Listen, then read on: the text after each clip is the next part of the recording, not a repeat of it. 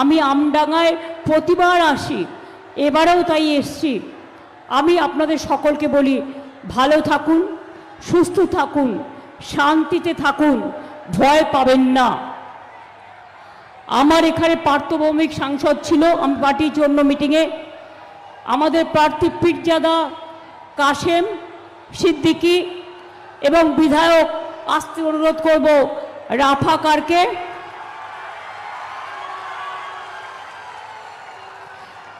উনি এখনো আমডাঙ্গা বিধানসভার বিধায়ক আছেন। পাশে দাঁড়াও, হাত তোলো ওর সাথে। আমরা সবাই ওকে সম্মান দিয়েই কাজ করাবো, নিশ্চিন্তে থাকুন। আমার এখানে আছে রফিকুর রহমান, আচ্ছা বলেছি, জ্যোতির্ময় দত্ত টেনু সভাপতি আমডাঙ্গা ব্লক তৃণমূল কংগ্রেস, নবীন মাইতি, মোস্তাক আহমেদ, অরিন্দম মুখার্জি, রণজিৎ সাধুকা সহ আমার এখানে আরও অনেক ব্লক, জেলা, জেলা পরিষদ, গ্রামসভা, পঞ্চায়েত সমিতি, কাউন্সিলর, বুথের নেতা, জেলার নেতা, ব্লকের নেতা, পঞ্চায়েতের নেতা, গ্রামসভার নেতা সবাই উপস্থিত আছেন। আপনাদের সকলের কাছে আমি অত্যন্ত কৃতজ্ঞ। এত দুপুরেও আপনারা যে কষ্ট করছেন, আর আমি তো এক মাসের বেশি হয়ে গেছে এই গরমে, এই রোদ্দুরে প্রোগ্রাম করে বেড়াচ্ছি, প্রতিদিন লু খাচ্ছি, কিন্তু হজম করে যাচ্ছি। এবারের লড়াইটা মনে রাখবেন, বিজেপি আমাদের বিরুদ্ধে সর্বশক্তি নিয়ে মাঠে নেমেছে। আর কিছু বিজেপির গদ্দার আছে সব কমিউনিটি থেকেই, তারাও বিজেপির টাকায় আমাদের ক্যান্ডিডেটের বিরুদ্ধে আপনাদের নানা রকম সাম্প্রদায়িক সুড়সুড়ি দিচ্ছেন। আমি কোনো সাম্প্রদায়িক সুড়সুড়ি বিশ্বাস করি না। আমি বিশ্বাস করি কেউ হিন্দু হতে পারে, কেউ মুসলমান হতে পারে, কেউ শিখ হতে পারে, কেউ খ্রিস্টান হতে পারে, কেউ তপশিলি হতে পারে, কেউ আদিবাসী হতে পারে, কেউ পার্সি হতে পারে, কেউ সিন্ধি হতে পারে, কেউ জৈন হতে পারে, কেউ খ্রিস্টান হতে পারে। আমরা কিন্তু মানুষ, এটা আমাদের সবচেয়ে বড় পরিচয়।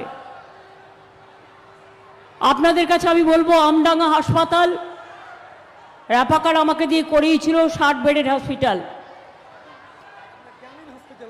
গ্রামীণ হসপিটাল, কিন্তু আমডাঙ্গা এবং দত্তপুকুর এই দুটো হসপিটাল আপনাদের আমি বলে যাচ্ছি, আগামী দিনে আমাদের প্রসেস চলছে, 100 বেডের হসপিটাল করে দেব, যাতে আপনাদের চিকিৎসায় কোনো অসুবিধে না হয়। এখানে একটি করুণাময়ী মন্দির আছে, খুব জাগ্রত, খুব বিখ্যাত।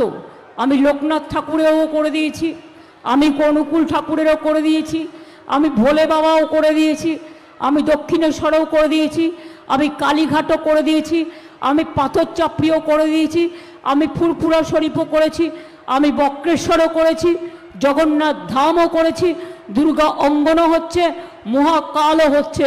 সব ধর্মের, সর্বধর্ম সমন্বয়ের যার যেখানে যা প্রয়োজন প্রত্যেকটাই করব, এটা মাথায় রাখবেন।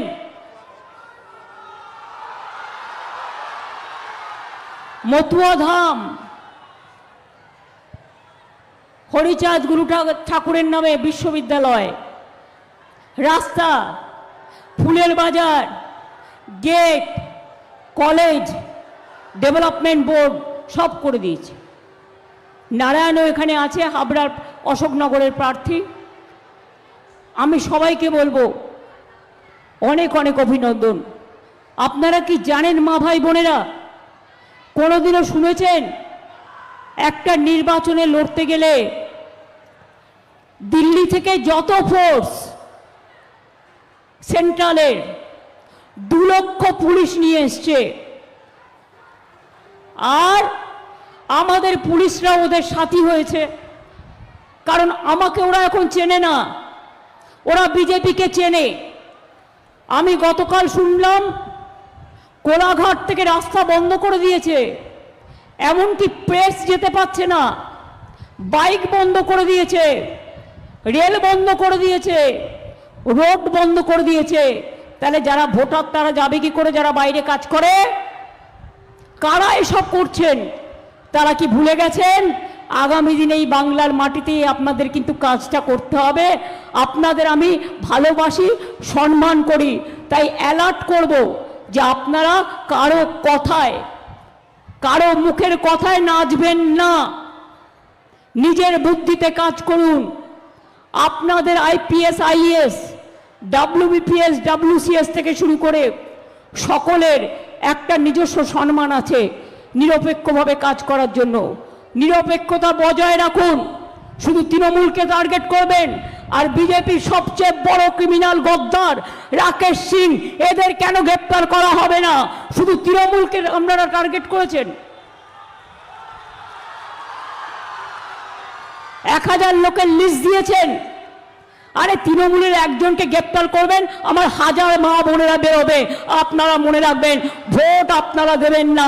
মিলিটারি যাতে ছাপ্পা দিতে না পারে, পুলিশ যাতে ছাপ্পা দিতে না পারে, আপনাদের দায়িত্ব নিতে হবে। শুধু রাফাল বিমান ছাড়া সব নামিয়েছে, যুদ্ধের সাজোয়া গাড়ি। বুঝতে পারছেন?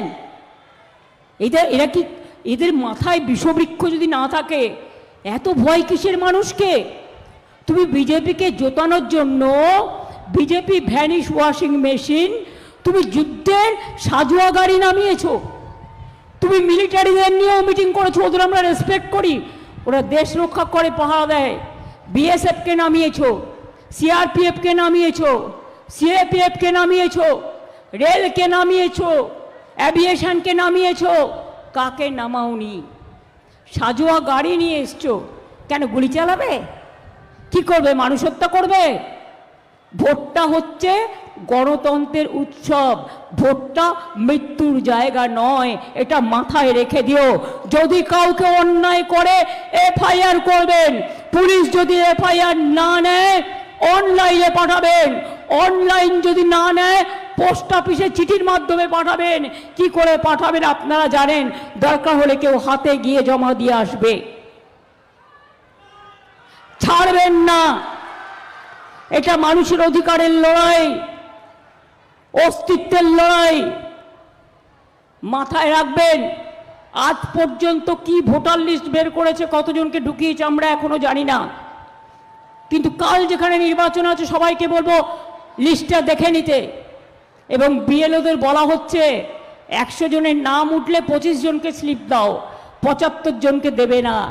আপনারা নিজে ওই ভোটার লিস্টটাকে অ্যাটাচ করুন, করে সাপ্লিমেন্টারি লিস্টকে অ্যাটাচ করুন, করে পার্টির থেকে স্লিপ তার বাড়িতে বাড়িতে পৌঁছে দিন এবং তার আইডেন্টিটি কার্ড নিয়ে এসে যাবে।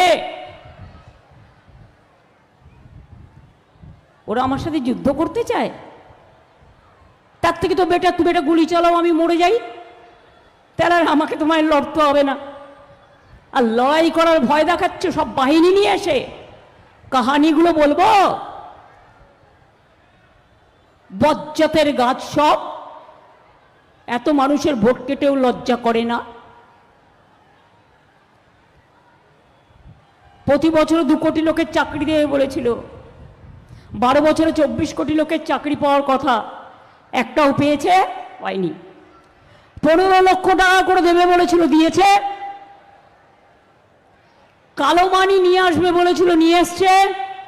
রেল বিক্রি, সেল বিক্রি, গেল বিক্রি। ভোটের পরেই দেখবেন পেট্রোলের দাম হাহাকার, ডিজেলের দাম হাহাকার, গ্যাসও পাবেন না, সব গ্যাস বেলুন হয়ে উড়ে চলে যাবে। মেয়েদের বাড়ি বাড়ি গিয়ে বলছে ফর্ম ফিল আপ করো, খবরদার করবেন না, এটা চালাকি।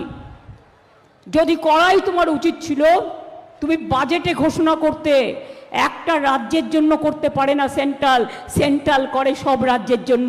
কেন নেই? বিহারে ইলেকশনের আগে বলেছিলে 8000 টাকা দেব, একবার দিয়ে পরের দিন বুলডোজার চালিয়েছিলে, আর সব টাকা এখন ফেরত নিচ্ছ।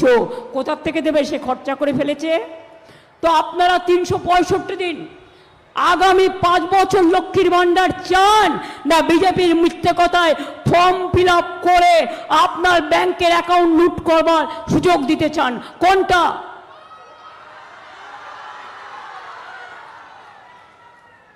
এই সময় বলছে সব লোককে, 9000 লোককে হজে পাঠিয়ে দাও। সব শয়তানি। আমি হজে যারা যেতে চান সবার ব্যবস্থা আমাদের হজ কমিটি করবে। দয়া করে নিজের ভোটটা দিয়ে যাবেন, বোকামি করবেন না। যদি ভোট না দিয়ে যান, যারা যেতে চান, যাদের পারমিশন আছে, কথা দিচ্ছি হজ কমিটি দেখবে। কিন্তু ভোট না দিয়ে কেউ যাবেন না, গেলে আপনাকে এনআরসি করে দেশ থেকে বিতাড়িত করবে, তখন কিন্তু আমায় দোষ দেবেন না। হজের অনেক টাইম আছে, প্রতিবার ভোটের সময় ফেলে যাতে এখানকার লোক ভোট দিতে না পারে।